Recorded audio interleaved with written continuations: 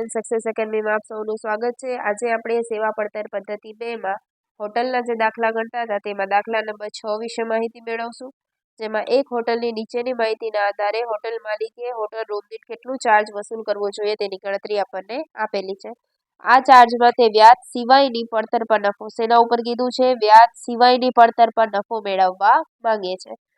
સ્ટાફનો પગાર આપેલો છે, રૂમ એટેન્ડન્ટનો પગાર આપેલો છે રોજના 4 રૂપિયા લેખે, અને દરેક રૂમ માટે એક નોકર છે, જ્યારે રૂમ રોકાયેલા હોય ત્યારે જ તેનો પગાર ચૂકવવામાં આવે છે। ત્યારબાદ લાઇટ ને હીટિંગ અને પાવર માટે આપેલી છે વસ્તુ, મકાન અને સમારકામ, ચાદર, ટેબલ, પરચુરણ બધાની વસ્તુઓ અલગ અલગ આપેલી છે। ચલો આપણે ખર્ચો કરીને લખતા જઈએ। સૌથી પહેલા આપણને આપેલું છે સ્ટાફનો પગાર। સ્ટાફનો પગાર કેટલો આપેલો છે? 1,80,000। ક્લિયર? ત્યારબાદ સેકન્ડ નંબરમાં છે રૂમ એટેન્ડન્ટનો પગાર।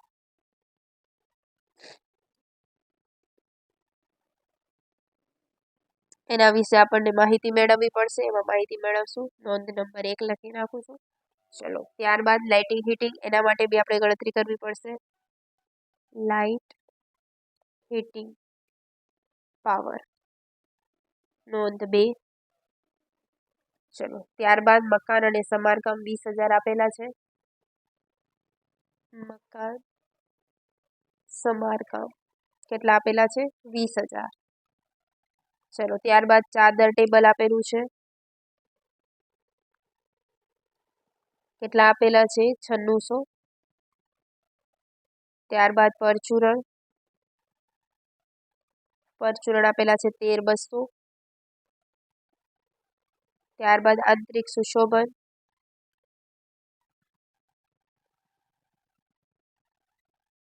આપેલું છે આપણને 20,000।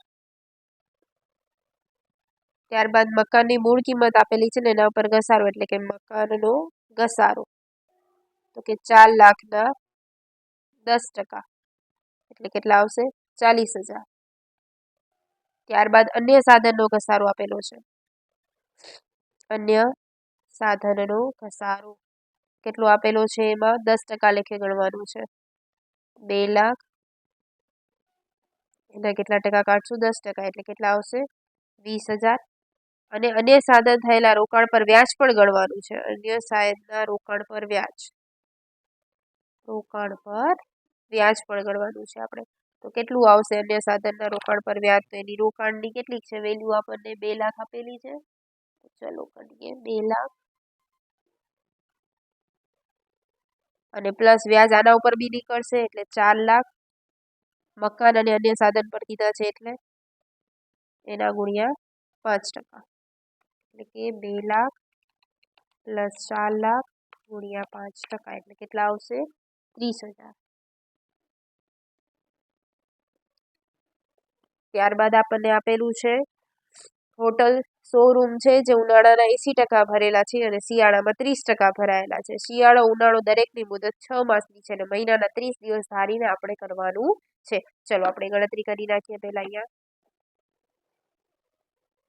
શું લખશું આપણે? તો કે રૂમના દિવસો, શિયાળો અને ઉનાળો અલગ કરશું। પહેલા ઉનાળાનું કરીએ। ટોટલ કેટલા રૂમ છે આપણા પાસે? 100 રૂમ છે। 100 રૂમ છે અને એમાંથી યુઝ કેટલા કરીએ છીએ? તો કે 80%। ત્યારબાદ મહિનાના શિયાળો અને ઉનાળો દરેકની મુદત કેટલાની છે? 6 માસની છે અને મહિનાના કેટલા દિવસ છે? 30 દિવસ છે। ચલો કરી નાખીએ। 100 ગુણ્યા 80% ગુણ્યા 6 ગુણ્યા 30, એટલે કેટલા આવશે? 14,400। ત્યારબાદ શિયાળો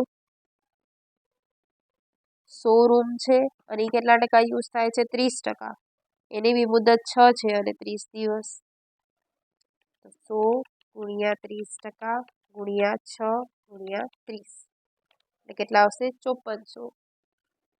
પ્લસ કરી નાખીએ, એને ટોટલ કેટલા આવશે? 19,800। આ રૂમના દિવસો આપણને મળી ગયા। ચલો હવે જે આપણી બાકી રહે છે ઇન્ફોર્મેશન એ કરી નાખીએ। એક હતું રૂમ એટેન્ડન્ટનો પગાર, નોંધ 1।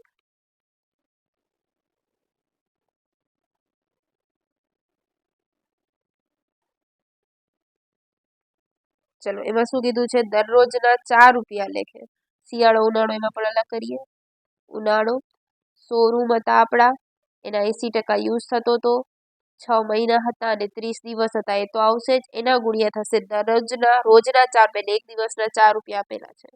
સેમ એ રીતે શિયાળો 100 રૂમ છે, એના 30% આપણે યુઝ કરીએ છીએ, 6 માસ આવશે, 30 દિવસ ને એના પણ 4 રૂપિયા. ઓકે, ચલો કરી નાખીએ. તમે ડાયરેક્ટ પણ કરી શકો છો, જે આપણને પહેલા હતું આપણી પાસે મળ્યું હતું એના ઉપરથી. 57,600 ડાયરેક્ટ એટલે કઈ રીતે? તો કે અહીંયા 14,400 અને 54,000 હતા, તો 5400 ગુણ્યા અહીંયા 4 કરી તો પણ આન્સર એ જ આવશે. કેટલા આવશે? 21,600. ચલો પ્લસ કરી નાખીએ. પ્લસ 57,600 એટલે કેટલા આવશે? 79,200. ચલો લખી નાખીએ અહીંયા 79,200. ચલો નોંધ 2, લાઇટ હીટિંગ માટે આપેલું છે. એમાં શું આપેલું છે પહેલા જોઈએ. જ્યારે રૂમ રોકાયેલા હોય ત્યારે આખા મહિના માટે લાઇટનો ખર્ચ આપેલો છે. લાઇટ માટે ચલો એમાં પહેલા લાઇટનું જોઈએ.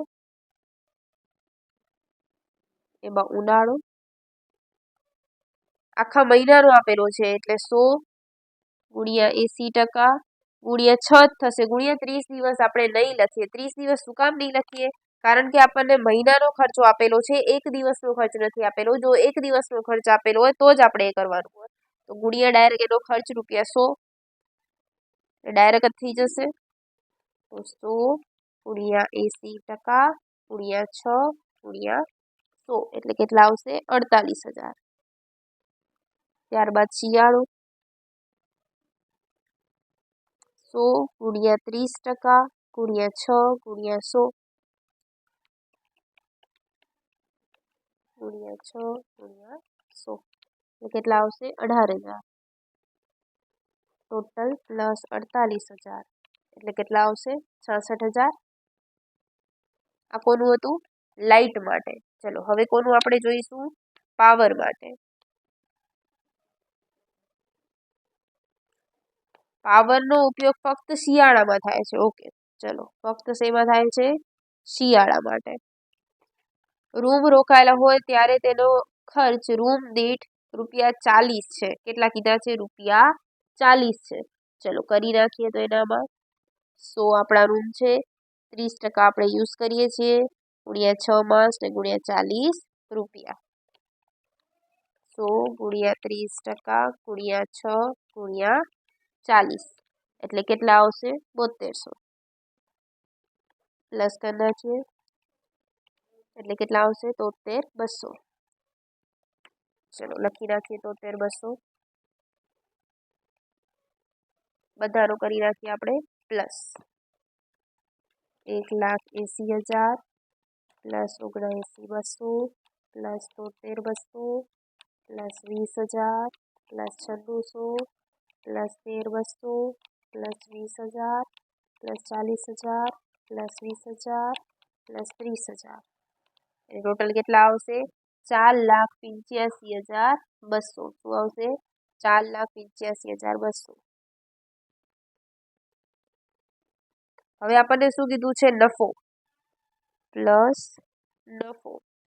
પડતર પર કીધું છે પણ વ્યાજ સિવાય કીધું છે.